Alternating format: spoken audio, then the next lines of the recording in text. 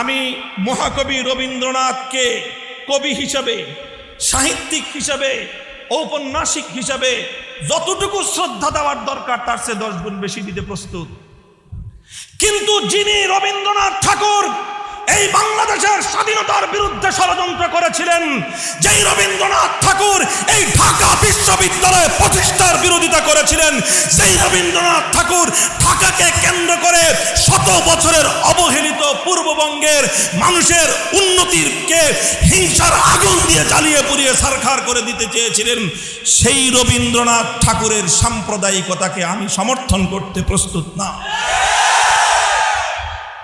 মোহতারাম হাজিরিন, কথাগুলো বলছি ইতিহাসের পাতা থেকে, কেউ রাগ করলে আমি সরি, আমি দুঃখিত। সত্য কথাগুলো আজকে আমাকে বলতে হবে। আমি বলছি আমার দেশের কথা, আমি বলছি আমার জাতির কথা, আমি বলছি আমার প্রাণপ্রিয় মাতৃভূমি বাংলাদেশের 100 বছরের বঞ্চনার ইতিহাস, এবং এটা ইসলামেরও কথা। এই সেই ইসলাম, যে ইসলাম কুফা নগরীতে নগর গড়বার আগে শিক্ষা প্রতিষ্ঠান গড়বার শিক্ষা দিয়েছিল। এটা সেই ইসলাম, যে ইসলাম আফ্রিকায় কায়রাওয়ান শহর গড়বার শুরুতে জামিয়াতুজ জাইতুনা প্রতিষ্ঠার ইতিহাস শিক্ষা দিয়েছিল। এটা সেই ইসলাম স্পেনের মধ্যে ইউরোপ জয় করবার পর দারুল হিকমা কায়েম করে সে এলাকার মানুষকে শিক্ষার আলো ছড়াবার শিক্ষা দিয়েছিল। সেই ইসলাম যখন নবাব স্যার সলিমুল্লাহরা চর্চা শুরু করেছিলেন, সেই ইসলাম শিক্ষা দিয়েছিল এই শিক্ষা প্রতিষ্ঠান গড়ে তুলে এখানকার হিন্দু, বৌদ্ধ, খ্রিস্টান, মুসলমান সমস্ত নাগরিকদের উন্নত শিক্ষার প্রয়োজন। এজন্যই নিজের বাপের আমলের পাওয়া জমি, ব্যক্তিগত জমি ওয়াকফ করে 100 একর জমি দিয়েছিলেন নবাব স্যার সলিমুল্লাহ। মুসলমানদের দেওয়া সেই জমিতে ঢাকা বিশ্ববিদ্যালয় প্রতিষ্ঠিত যখন হতে যাবে, যখন এভাবে ঢাকাকে কেন্দ্র করে পূর্ববঙ্গ এটা উন্নত হতে যাবে, রবীন্দ্রনাথ সহিংস আন্দোলন শুরু করলেন। আরে কি আন্দোলন? কথা বলেন। সহিংস আন্দোলন। আজকে রবীন্দ্রনাথ, তোমরা এই রবীন্দ্রনাথ ঠাকুরকে তোমরা আজকে সম্প্রীতির মূর্ত প্রতীক হিসেবে প্রতিষ্ঠিত করবার চেষ্টা করো। সম্প্রীতির মূর্ত প্রতীক যদি এ মাটিতে থেকে থাকে, কবি নজরুল মূর্ত প্রতীক। কবি নজরুল এজন্যই জাতীয় কবির মর্যাদা পেয়েছেন। কবি সাহিত্যের দিক থেকে রবীন্দ্রনাথ নজরুলের চেয়ে সিনিয়র হতে পারেন, কিন্তু মানব প্রেম, মানুষের ভালোবাসা, জাতি ধর্ম নির্বিশেষে সম্প্রীতি, সৌহার্দ্য, সম্মানের অধিকারের দিক থেকে রবীন্দ্রনাথকে আসামির কাঠ করে দাঁড় করানো ছাড়া ইতিহাসের আর কোনো উপায় না।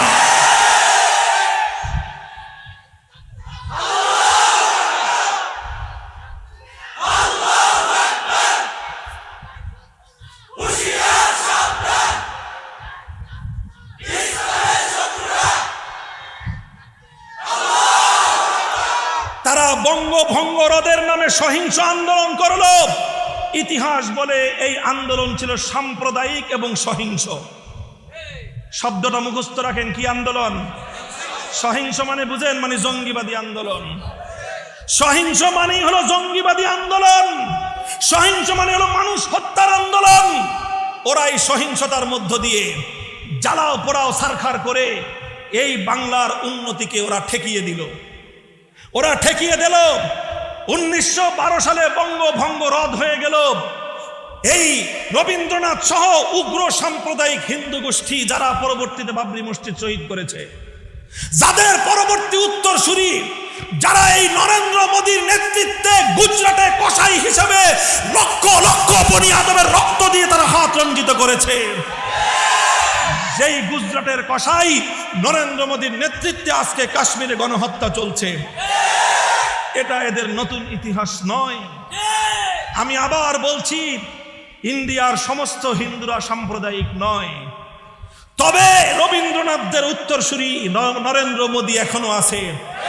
এরা সাম্প্রদায়িক, এরা জঙ্গিবাদী, এরা উগ্রবাদী, এরা হিন্দুত্ববাদের নামে মানুষের অধিকার নিজেদের পায়ের চাপায় ওরা মানুষের অধিকার হত্যা করছে। লম্বা কথা নয়। তারপরে 1912 সালে বঙ্গভঙ্গ রদ হয়ে গেল। ঢাকা বিশ্ববিদ্যালয় প্রতিষ্ঠার সেই স্বপ্ন চূর্ণ বিচূর্ণ হয়ে গেল।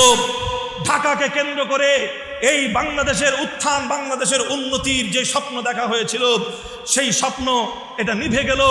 বহু মানুষের হৃদয়ে হাহাকার তৈরি হলো। এদেশের মুসলমানদের নেতৃবৃন্দ রাতের অন্ধকারে আল্লাহর দরবারে ফরিয়াদ করতেন, চোখের পানি ছেড়ে দিয়ে তারা এই দেশের, এই বাংলাদেশের মানুষের অধিকার আল্লাহর কাছ থেকে তারা চাইতেন। তখন 1912 সালে বঙ্গভঙ্গ যখন রদ করে দিল, তারপরে এদেশের মানুষের দাবির প্রেক্ষিতে, অব্যাহত দাবির প্রেক্ষিতে, তোমরা আমাদেরকে প্রদেশও দিলা না, তোমরা আমাদেরকে একটা রাজধানীও দিলা না, একটা বিশ্ববিদ্যালয় করতে বললাম, আমরা জমি দেব, তাও করল না। যে কোনো একটা দাবি যদি না মানো তাহলে আমরা তোমাদের আনুগত্য করব কেন? এই কথার প্রেক্ষিতে এসে 1920 সালে ব্রিটিশ গভর্নমেন্ট সিদ্ধান্ত নিল যে ঠিক আছে, অন্তত তোমাদের একটা দাবি পূরণ করি, ঢাকা বিশ্ববিদ্যালয় প্রতিষ্ঠা করে দিলাম। এই ছিল ঢাকা বিশ্ববিদ্যালয়ের প্রতিষ্ঠার ইতিহাস।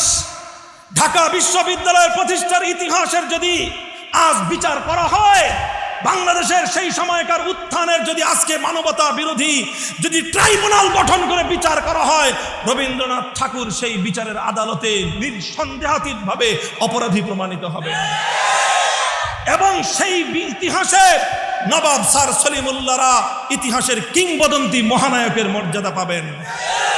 আজ দুঃখ লাগে, আজ কলিজাটা ফেটে যেতে চায়। আজ ঢাকা বিশ্ববিদ্যালয়, যেটাকে এক সময় বলা হতো প্রাচ্যের অক্সফোর্ড, গোটা পৃথিবীতে ঢাকা বিশ্ববিদ্যালয়ের সুনাম ছিল শিক্ষার দিক থেকে, পরিবেশের দিক থেকে, জ্ঞান চর্চার দিক থেকে, সভ্যতার দিক থেকে, ধর্ম কর্ম আচার অনুষ্ঠানের দিক থেকে এবং সাম্প্রদায়িক সম্প্রীতির দিক থেকে। মোহতারাম হাজিরিন, এরপর কি হলো? 1920 সালে ঢাকা বিশ্ববিদ্যালয় হলো, সামনে সামনে অগ্রসর হলো। আজকে এই ঢাকা বিশ্ববিদ্যালয়ে এখন আর ওনারা নবাব স্যার সলিমুল্লাহরে চিনেন না। এখন নবাব স্যার সলিমুল্লাহর জন্মদিবস কবে, মৃত্যু দিবস কবে, নবাব স্যার সলিমুল্লাহর জীবনের ইতিহাস কি, ঢাকা বিশ্ববিদ্যালয় প্রতিষ্ঠার ক্ষেত্রে নবাব স্যার সলিমুল্লাহর অবদান কি, এগুলো ওনাদের আলোচনায় আসে না। ওনারা আলোচনা করেন রবীন্দ্রসঙ্গীত নিয়ে, ওনাদের আলোচনার বিষয় হলো রবীন্দ্র সাহিত্য, ওনাদের আলোচনার বিষয় হলো রবীন্দ্র বাবা ঠাকুর। আমি আবারও বলছি, রবীন্দ্রনাথ ঠাকুরকে সাহিত্যিক এবং কবি হিসেবে সম্মান করতে আমার কোনো আপত্তি নাই, কিন্তু রবীন্দ্রনাথ ঠাকুর যিনি ঢাকা বিশ্ববিদ্যালয় প্রতিষ্ঠার সময় আগুন দিয়ে ঢাকা বিশ্ববিদ্যালয়কে জ্বালিয়ে দিয়েছিলেন, হিংসার আগুনে জ্বালিয়ে ছারখার করে দিয়েছিলেন, সেই ঢাকা বিশ্ববিদ্যালয়ের আজকে পরিণাম দেখলে আমাদের লজ্জায় মাথা নত হয়ে যায়। নিজের বাপ সলিমুল্লাহরে বাপ ডাকতে লজ্জা লাগে, আরেকজনের বাপ রবীন্দ্রনাথকে বাবা ডাকতে তাদের আনন্দ লাগে। আরে ভাই, এটা গাদ্দারির ইতিহাস। একটা দেশের গৌরবোজ্জ্বল প্রতিষ্ঠান ঢাকা বিশ্ববিদ্যালয় হলো বাংলাদেশের সর্বশ্রেষ্ঠ বিশ্ববিদ্যালয়। যতগুলো প্রাইভেট এবং যতগুলো পাবলিক বিশ্ববিদ্যালয় আছে, এর মধ্যে ঢাকা বিশ্ববিদ্যালয় হলো বাংলাদেশের 1 নম্বর বিশ্ববিদ্যালয়। কথা ঠিক না বেঠিক?